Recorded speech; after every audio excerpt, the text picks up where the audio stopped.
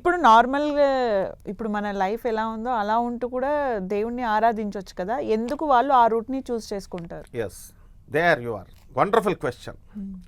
సాక్షాత్తు పరమేశ్వరుడే ఆనందమూర్తి గారుగా వచ్చారు, ప్రభాత్ రంజన్ సర్కార్. అలాగే అఘోరాలకు ఆది గురువైనటువంటి వాడు కేనారాం బాబా, ఆయన సాక్షాత్ శివుడు అవతారంలో 16వ శతాబ్దంలో వచ్చారు. ఆనందమూర్తి గారు వచ్చారు. అలాగే వీళ్ళందరూ వచ్చినప్పుడు ఏం జరిగిందంటే శివుడు వచ్చినప్పుడు ఇప్పుడు ఆనందమూర్తి గారికి తెలీదా, ఇప్పుడు తాండవ డ్యాన్స్, ఆనంద మార్గ ఆశ్రమం తాండవ డ్యాన్స్ అంటారు. కపాలం చేత్తో పట్టుకుని వీడియోస్ ఉంటాయి యూట్యూబ్లో, ఆనంద మార్గ తాండవ డ్యాన్స్ అని కొడితే చిన్న పిల్లలు కపాలంతో త్రిశూలం పట్టుకొని డ్యాన్స్ చేస్తారు, తాండవ నృత్యం. ఎందుకంటే సాక్షాత్ శివుడు ఆయన. సో ప్రొసెషన్ తీసేవారు భక్తులు. ప్రొసెషన్ తీసినప్పుడు అక్కడ ఉన్నటువంటి లోకల్ పోలీస్, వెస్ట్ బెంగాల్ ఒప్పుకోదు కదా, బీహార్ పోలీస్. సో వాళ్ళు పర్మిషన్స్ కోసం అడ్డుకుంటే ఆనందమూర్తి గారు వాళ్ళు సుప్రీంకోర్టులో కేసు వేసేవారు. వేసి and Supreme Court they use to give, అడిగేది ఫస్ట్, ఎందుకు మీరు ప్రొసెషన్ మామూలుగా చేసుకోవచ్చు కదా అని. No, he is Lord Shiva, so they have accepted and they use to give periodically permissions ఇచ్చేవారు. సో ఆయన సాక్షాత్తు శివుడే ఆయన కాబట్టి కపాలాన్ని ఇచ్చారు. అలాగే ఇప్పుడు కలకత్తాలో మధుమైంఛ అని ఉంటుంది లేక్ గార్డెన్స్లో. ఈ లేక్ గార్డెన్స్లో సాక్షాత్తు పరమశివుడు అంటే యగోరాలకు అధిపతి చెప్తున్నా, వాళ్ళు ఫాసిల్స్ ఆ ల్యాండ్ని మొట్టమొదట భూభాగముని ఆనందనగర్ని పురూలియా జిల్లాలో వెస్ట్ బెంగాల్లో ఉంది.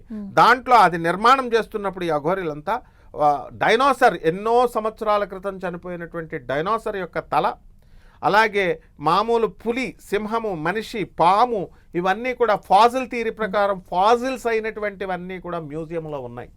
ఇది గవర్నమెంట్కి తెలుసు, సుప్రీంకోర్టు తెలుసు, అండ్ వెస్ట్ బెంగాల్ గవర్నమెంట్కి తెలుసు, అండ్ ఈ యొక్క బీహార్ పోలీస్ డిపార్ట్మెంట్ అండ్ అందరికీ తెలుసు. అందరు విజిటర్స్ స్వామి వివేకానంద బేలూరు మఠ్ ఎలాగ వెళ్తారో అంతా కూడా ఫారినర్స్ కూడా వచ్చి ఈ ఫాజిల్స్ని చూసి వెళ్తూ ఉంటారు.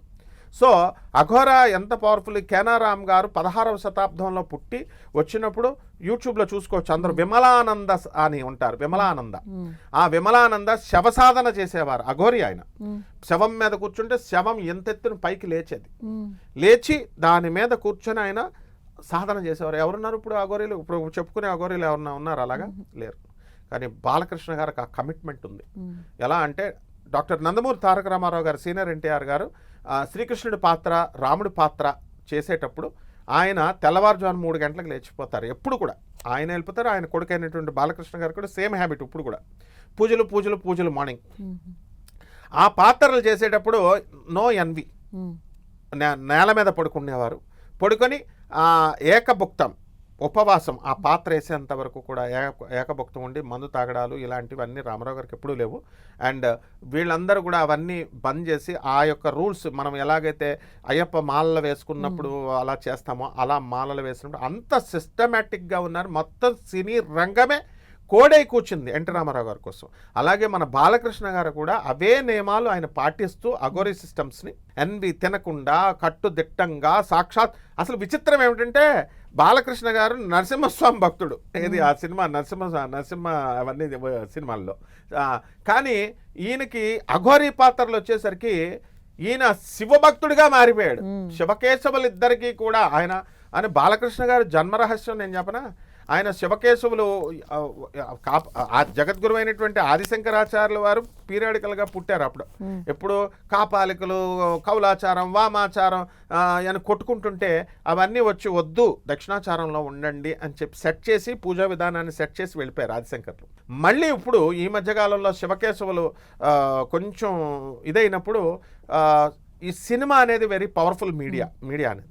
అందువలన మనకేం చేశారంటే సాక్షాత్తు బాలకృష్ణ గారినే బ్రహ్మదేవుడు అఘోరీ పాత్ర వేసి, నాయన నువ్వు నరసింహస్వామి పూజ చేయి, మళ్ళీ ఇదిగో అఘోరీ పాత్రలు, ఈ రెండూ చేస్తే ప్రజలు శివకేశవుల మధ్య ఉన్నటువంటి భేదం పోతుంది. ఎందుకంటే శివాయ విష్ణు రూపాయ శివరూపాయ విష్ణవే, శివస్య హృదయం విష్ణు విష్ణోస్య హృదయం శివ అని శాస్త్రం చెప్తుంటే కొట్టుకుంటున్నారు ఇంకా.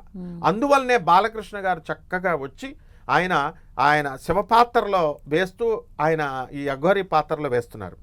దాన్ని బట్టి మనకి ఆయన ఈ అఘోరీలు ఏం చేస్తారంటే ఈ హ్యూమన్ బాడీ తింటారనే ఒక పేరు ఉంది చూసావా, అది కూడా రాంగ్. వాళ్ళు ఎలా జరుగుతాయంటే శవములోనూ తర్వాత శవములోను కాయలోను శాకాహారం మాంసాహారంలో కూడా శవములో కూడా శివాన్ని చూస్తారు. అండ్ అండర్ సర్టెన్ సర్కమ్స్టాన్సెస్ ఎక్కడో ఏ అడవిలోనో ఇరుక్కుపోయారమ్మా, వాళ్ళకి తిండి లేదు, చెట్లు గిట్లు లేవు హిమాలయాల లాంటి పర్వతాలలో, ఏం చేస్తారు, ఏదో ఒకటి తిని బ్రతకాలి కదా. అక్కడ మనుషుల్ని చంపరు వాళ్ళు, ఎక్కడ ఎవరిని ఎక్కడ అలాంటివి లేవు. యానిమల్ కార్కాసెస్ అంటే యానిమల్ డెడ్ బాడీస్ ఏమైనా పడుంటే వాటిని తీసుకొని తిని ప్రాణాన్ని నిలబెట్టుకొని ఆ ప్రాణాన్ని సాక్షాత్ పరమేశ్వరుడికి అంకితం చేస్తారు, సాధన చేస్తారు.